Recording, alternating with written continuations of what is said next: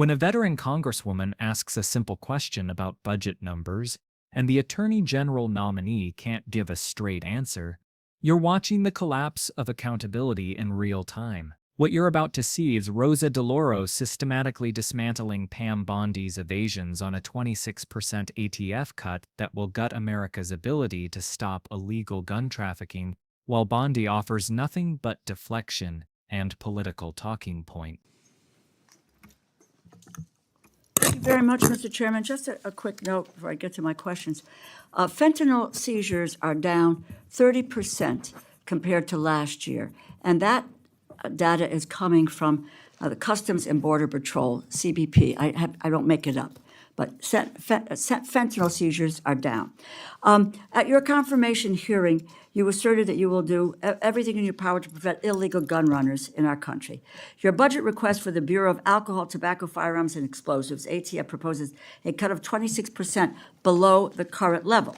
How can you justify such a massive cut without inevitably weakening ATF's ability to help our state and local law enforcement fight illegal gun trafficking? How many ATF law enforcement officers and industry operations investigators do you anticipate will be lost to attrition as a result of this funding reduction you're proposing? So, I am a career prosecutor, and I believe in keeping America safe, making America safe. First, what we're doing is ATF is going to be brought over with DEA. Everyone knows, everyone sitting up here, guns and drugs go together. They go together. We're going to make it more efficient. What I will tell you will not be happening is ATF agents will not be knocking on the doors of legal gun owners in the middle of the night asking them about their guns. They're going to be out on the streets. If I can finish, they're going to be out on the streets. I have three No, minutes. you asked me a question. I did, and you asked me a question, and you I'm haven't gonna answered my it. question. So they're going to be out on the streets working You haven't hand in hand answered my with question. DEA You to haven't violate. answered. Mr. Chairman, I'd like an answer to my question. And the question is not being answered. How many ATF law enforcement officers and industry operations investigators do you anticipate will be lost to attrition as a result of the funding reduction you are proposing? You are proposing a 26% cut to ATF for fiscal year 2026, as well as a 4.4% cut to DEA. So you're going to merge the two agencies together, and then you're going to shortchange their resources, so neither one of them will be able to do the job that they have been designed to do. You've got a 34% cut to the high-intensity drug trafficking areas program, no dedicated money at all for the Organized Crime Drug Enforcement Task Force. So, my view, it's fair to say that the Trump administration proposal shortchanges federal efforts to stop illegal gun trafficking and federal efforts to stop the flow of dangerous illegal drugs like fentanyl.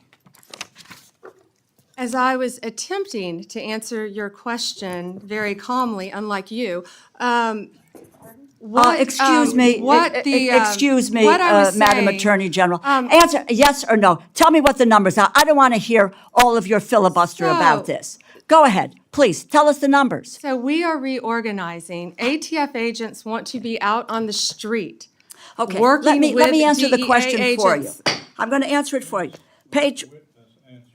Mr. Chairman, you give me a certain amount of time, and I have a high respect for you, but I don't have to listen, nor do my colleagues have to listen to a filibuster when it's a simple question. But I have an answer to your question. It's page 146 of the department's fiscal year 2026 budget, and the performance summary explicitly says, and let me quote, ATF will eliminate 541 industry operation investigators, reducing ATF's capacity to regulate the firearms and explosive industries by approximately 40% in fiscal year 2026. ATF will perform fewer regulatory inspections. And the department summary goes on to say, and let me quote, ATF anticipates a reduction of approximately 284 support personnel and 186 agents based on historical attrition patterns, and these personnel cuts will impact ATF across various functions, unquote. If the capacity to regulate firearms industry is reduced by 40%, if you are losing 186 ATF law enforcement agents on top of that, it is clear the direction you are headed with this budget, and that's what it is, isn't it? The proposal will weaken our ability to stop gun trafficking, and it will greatly reduce ATF support for state and local law enforcement that helps them prevent and solve violent crimes. It's a bad proposal. Do you want to hear my answer in 3 seconds? You uh, mentioned regulatory functions. We will not be having ATF agents go to the doors of gun owners in the middle of the night asking them about their guns, period. They will be out on the streets with DEA, guns and drugs How many go are together. gone? It will be attrition. We are not firing agents. They Who are- will be working how with many have DEA. taken attrition? Can I tell you that they all want to be on the streets? They want to be doing their jobs. They want to be But you're getting seizing them off guns. the streets. They want You're getting to. them We're off the putting streets. them on the And- streets. and- They want to be working with You, DEA. you are getting them off We the will be streets. There is no efficient. clear, and Mr. We will Chairman, be I yield back my efficient. time. I yield back my time. Let's get some answers here.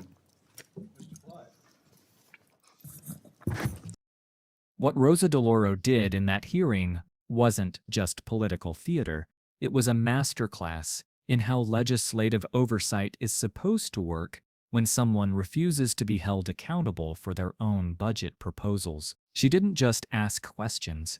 She came armed with the actual numbers from page 46 of the Department of Justice's own fiscal year 2026 budget document, forcing Bondi to confront the real-world consequences of a policy she was trying to spin away. The core issue here is simple but devastating. Bondi proposed a 26% cut to ATF, while simultaneously claiming she wants to fight illegal gun trafficking. When DeLauro asked for specifics about how many agents would be lost, Bondi immediately pivoted to talking points about merging ATF with DEA and promising agents wouldn't knock on law-abiding gun owners' doors. That deflection matters because it reveals a fundamental misunderstanding of what ATF actually does and why those cuts are so dangerous. DeLauro wasn't asking about hypothetical midnight raids.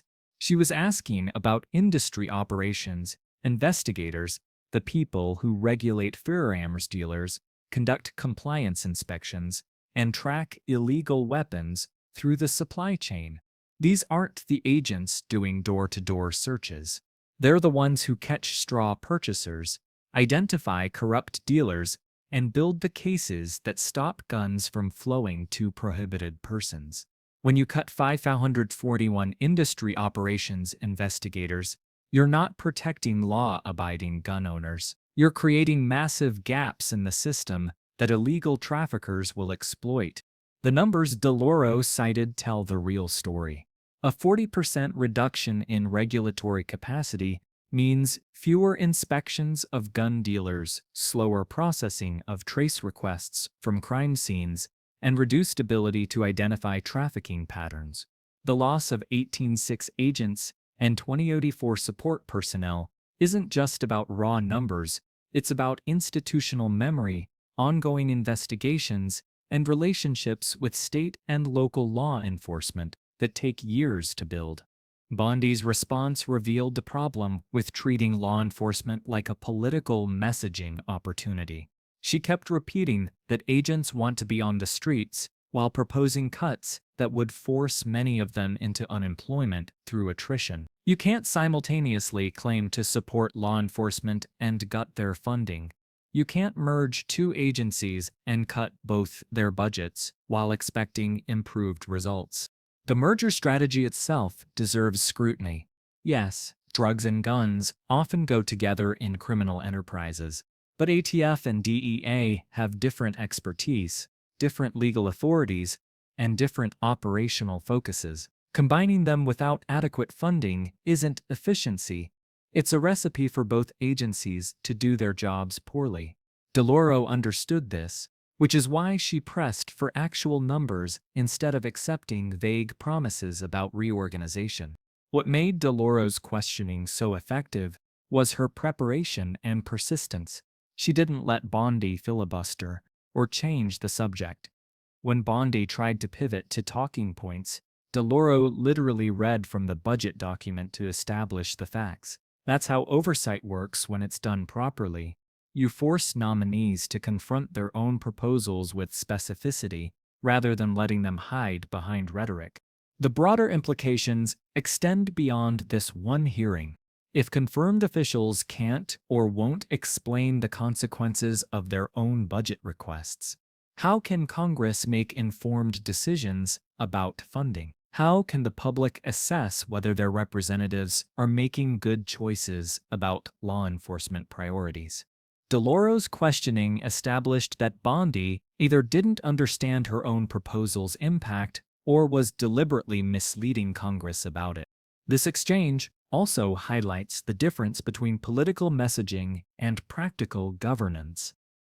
Bondi's talking points about protecting law-abiding gun owners might sound good in a campaign ad, but they're irrelevant to the question of whether ATF has enough resources to do its actual job. DeLauro forced the conversation back to concrete reality. How many people will lose their jobs? How much capacity will be lost? And what that means for public safety. The lesson here isn't partisan, it's institutional. When nominees come to confirmation hearings, they should be prepared to defend their proposals with facts, not deflection. When they can't or won't do that, senators like DeLauro have an obligation to press until they get answers or until the nominee's evasiveness becomes clear to everyone watching.